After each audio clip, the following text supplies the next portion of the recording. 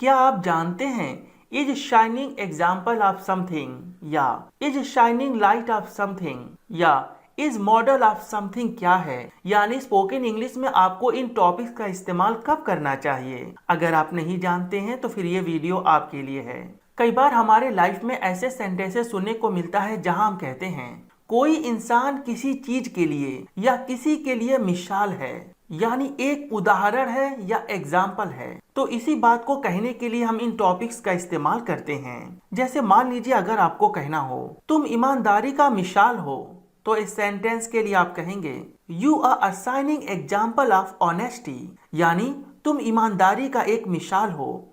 आप ये भी कह सकते हैं you are a shining light of honesty, यानी तुम ईमानदारी का एक मिसाल हो। हालांकि आप ये भी कह सकते हैं you are a model of honesty, यानी तुम ईमानदारी का एक मिसाल हो।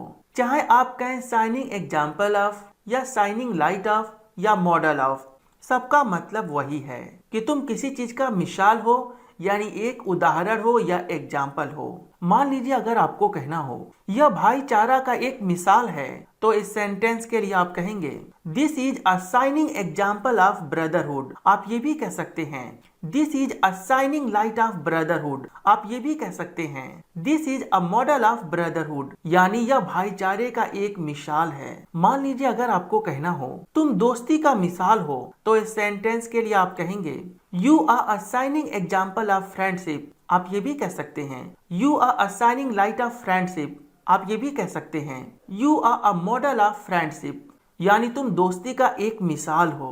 मान लीजिए अगर आपको कहना हो वह बहादुरी का मिसाल है, तो इस सेंटेंस के लिए आप कहेंगे he is a model of bravery. आप ये भी कह सकते हैं he is a shining example of bravery, और आप ये भी कह सकते हैं he is shining light of bravery, यानी वह बहादुरी का मिसाल है।